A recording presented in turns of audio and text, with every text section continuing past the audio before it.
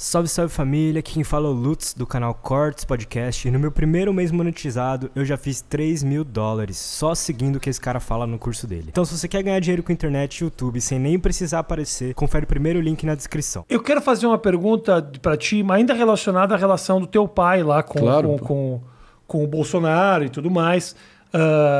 Você me fala que no começo foi uma questão de apoio, foi um convite formal. Não tinha-se noção... o teu pai não tinha noção, e você provavelmente devia estar ali próximo, vendo isso tudo acontecer, não se tinha noção de quem era isso?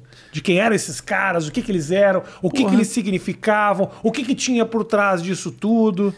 Cara, excelente pergunta, sempre recebo essa pergunta e faz todo sentido quem está de fora fazer essa pergunta agora, né? E acho importante até para entender a mentalidade de quem apoiou e saiu fora. Isso, não, porque perfeito. fica essa coisa de ocasião, aproveitei a oportunidade. Exatamente.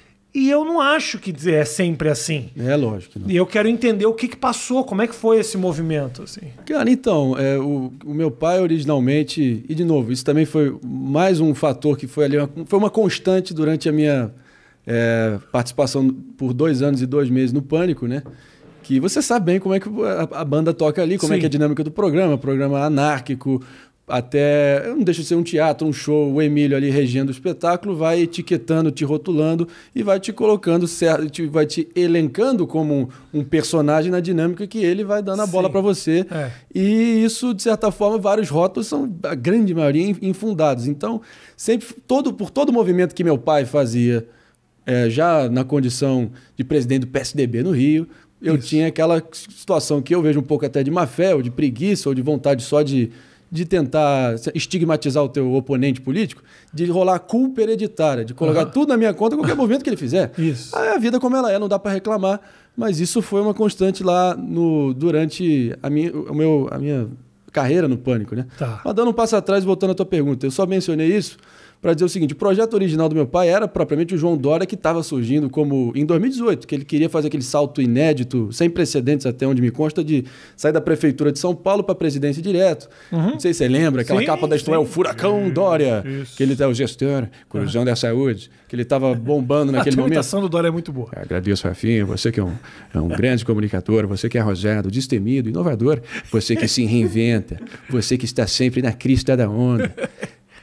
Antenado nas novas tendências. Rafinha é coração, Rafinha é emoção. Ele vai te elogiando 1 hora antes de responder a pergunta. Muito adjetivo. Só adjetivo. Exatamente isso. Mas aí que tá. Como ele não se viabilizou internamente no PSDB, meu pai só era um empresário bem relacionado no Rio de Janeiro que queria, enfim, apoiar alguém, ajudar a promover a alternância de poder que se fazia necessário naquele momento. Porque, o PT já estava pacificado na cabeça, pelo visto, de 57 milhões, que acabou votando no Bolsonaro, de que tinha sido o desastre que foi. Bom, diante disso, o Gustavo Bebiano, meu saudoso tio, falecido no ano passado, né, teve um infarto fulminante, que ele ficou muito amargurado com a forma com que ele foi escorraçado do governo Bolsonaro, com requinte de crueldade, sem olhar para trás, virou um tio para mim. E ele trouxe o meu pai para tentar colaborar, especialmente naquela situação do processo que corria contra o Bolsonaro, que tinha a chance de deixá-lo inelegível para 18. O dá que aquilo outra, tu não merece ser estuprada, lembra, para Maria do Rosário? Lembro. Aquilo ali estava correndo com uma celeridade filha da puta no STF. Mas eis que meu pai ofereceu ali uma sugestão de um corpo jurídico para tentar neutralizar essa situação. Beleza.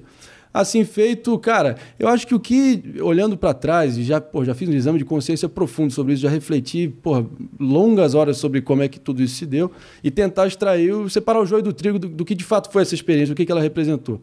Eu acho que o fato que a gente nunca foi deslumbrado com a presença dele lá dentro, nem com o enxame de imprensa que acabou morando na frente da nossa casa, muito menos com... Tudo bem, era lógico que foi um privilégio, pelo menos na minha perspectiva, ter sido, anfitrião da campanha mais improvável da história republicana, ter, presenciado ali, irmão, dentro da sua sala, dentro do teu ambiente familiar, vários momentos de temperatura máxima, de alta tensão, e você vê como, de fato, uma campanha a nível presidencial se dá. Você há de lembrar que ele tinha 7 segundos no primeiro turno, teve o fator facada no dia 6 de setembro, ele saiu de 7 segundos para 24 horas na mídia, mas ainda assim ele ganhou um contorno de mártir ali, ele foi se recuperando ali, convalescendo, eis que entra o segundo turno e do dia para a noite, 7 segundos para 35 minutos. Nesse momento que a gente abrigou lá em casa uma equipe de Campinas de 40 a 60 funcionários dia e noite preparando todos os programas de televisão e ir para as redes do PSL. E é o fato que a gente nunca foi deslumbrado, a gente só ia onde a gente era chamado, mesmo estando na nossa própria casa. E você acompanhando tudo isso. Grandíssima parte. Eu chegava da faculdade de mochila para almoçar e estava o Paulo Guedes tomando um café no meu lado. Era coisa surreal em outro nível. E eu tento extrair o melhor dessa versão. Graças a Deus que houve um rompimento que no primeiro momento, foi brusco. Eu olhando de fora ainda meio moleque, ainda numa posição de tentar, decifrar o que pode ter acontecido para ter tido um afastamento tão definitivo e tão rápido pós-eleição. Você vê que isso revela muito mais de fato do presidente Bolsonaro e do entorno dele. Dê poder ao homem e verás quem és, né? Então, você via que, propriamente no dia da eleição, no semblante dele, não era um cara que estava ali, que tinha dimensão do que tinha acabado de acontecer. Parecia um sujeito que estava reprimindo uma sensação meio de caralho, fudeu, é agora, essa é a nossa vida, né? Eu não sei se você já viu esse filme, eu sempre associo, né? O filme de 1972 do Robert Redford, do The Candidate. É um filme clássico onde ele é quase que um playboy ambientalista da Califórnia. Ele vem de uma família com uma linhagem política, só que ele é um cara mais romântico, sonhador, meio acadêmico, só que é um cara, boa pinta, tem uma lábia boa, e ele vai contra um politicão cacique clássico da Califórnia, numa tentativa, assim, bem improvável de tentar destronar o cara para o Senado da Califórnia. Aí, baita filme, vai se desenrolando, ele ganha no final com tons épicos, ele vai melhorando ali a retórica dele, ele vai convencendo as pessoas com essa postura meio de outsider, e no final, a última cena do filme, ele olha em volta para o assessor dele, que ele tranca a porta com um enxame de gente fora do quarto, e ele fala assim: "And now, what do we do? Where are we going?" Eu vi o Robert Redford no Bolsonaro, do cara que não tinha realmente dimensão, compreensão do que estava prestes a acontecer.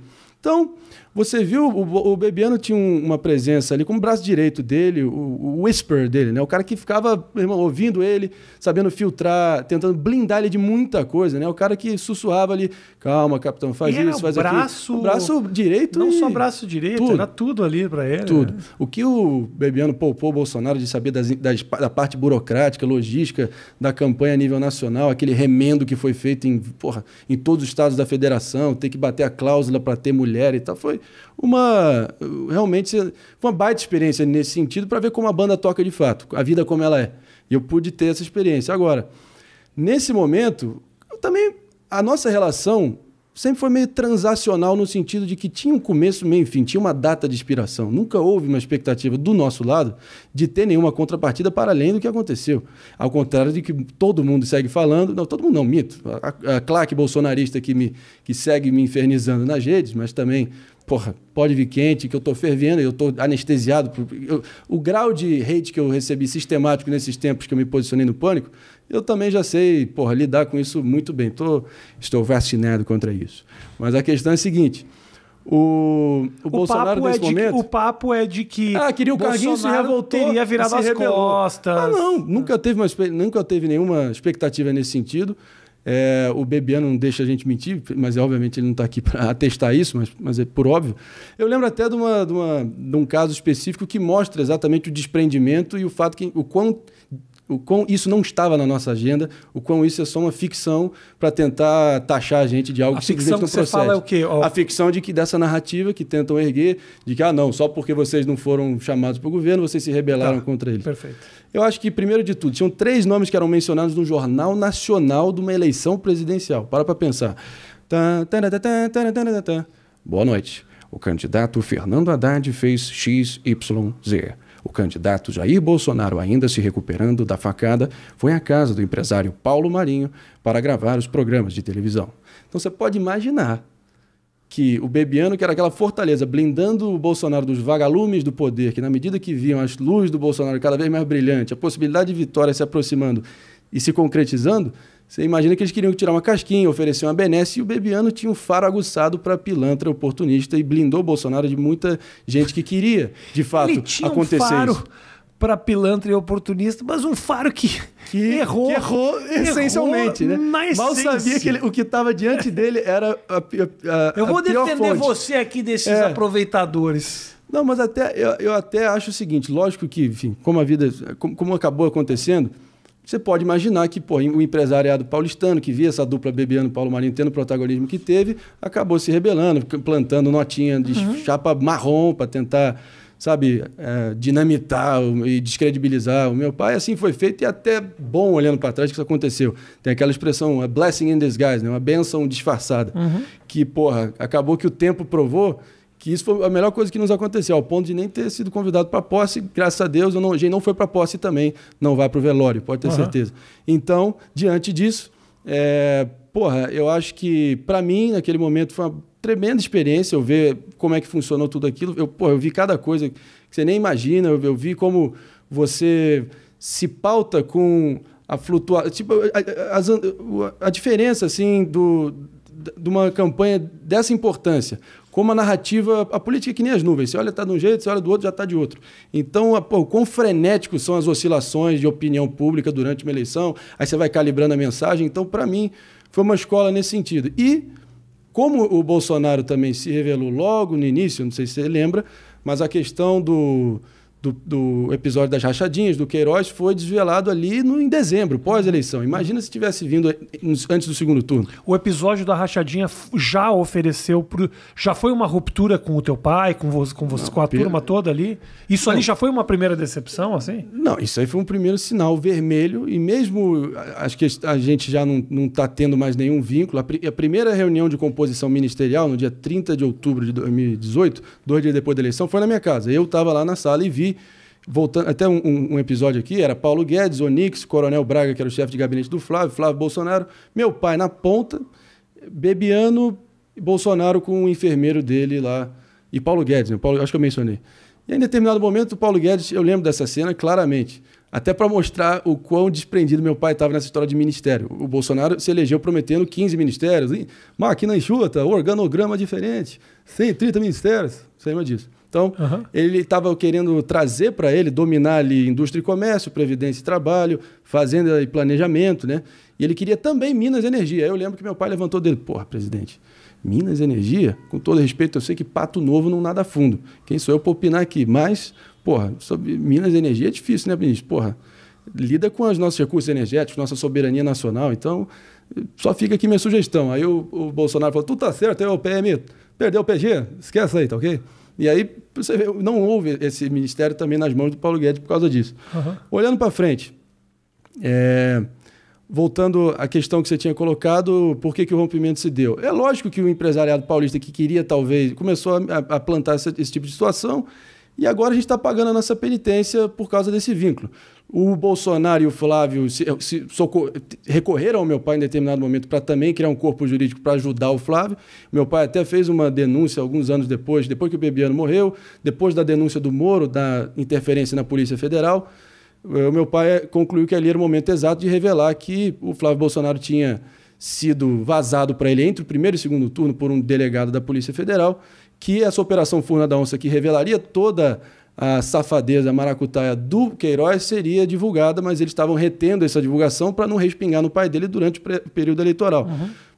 Isso aí, meu pai foi depor no Ministério Público Federal, no Ministério Público do Rio, para mostrar todas as provas que isso de fato aconteceu. Mas está tudo dominado, né, Rafinha? Os caras conseguiram se blindar de uma forma e mostra só o seguinte, o Flávio, as pessoas dizem, não, teu pai está fazendo isso, o que é um carguinho do Flávio? Esquece, não tem a menor chance. Ontem saiu uma notícia do Flávio ter obtido uma decisão no TJ do Rio, neutralizando a questão das rachadinhas, zerou tudo. São as mesmas pessoas que diziam que, só porque o STF julgou o Moro parcial e suspeito, agora o Lula, todas as provas que foram colecionadas contra o Lula, todas aquelas instâncias estão zeradas também. Então, 2 pesos, 2 medidas, mais uma vez, você vê o comportamento das duas tribos, né, sendo, idênticos, basicamente. Então, o Flávio pode dormir tranquilo, sono sereno, que isso não vai acontecer. Papai já conseguiu para você a blindagem política, o seu foro privilegiado está lá, dormindo tranquilinho na gaveta do Gilmar Mendes. Então, irmão, tá tudo dominado e fica escancarado só como o Bolsonaro está basicamente no poder hoje para garantir duas coisas. A perpetuação dele no poder, por óbvio, para seguir na mamata, mansão para os filhos, cartão corporativo com gasto recorde. Verba de moradia. Além disso, principalmente, a blindagem política e jurídica da família que está toda cagada, né? É assim que eu vejo.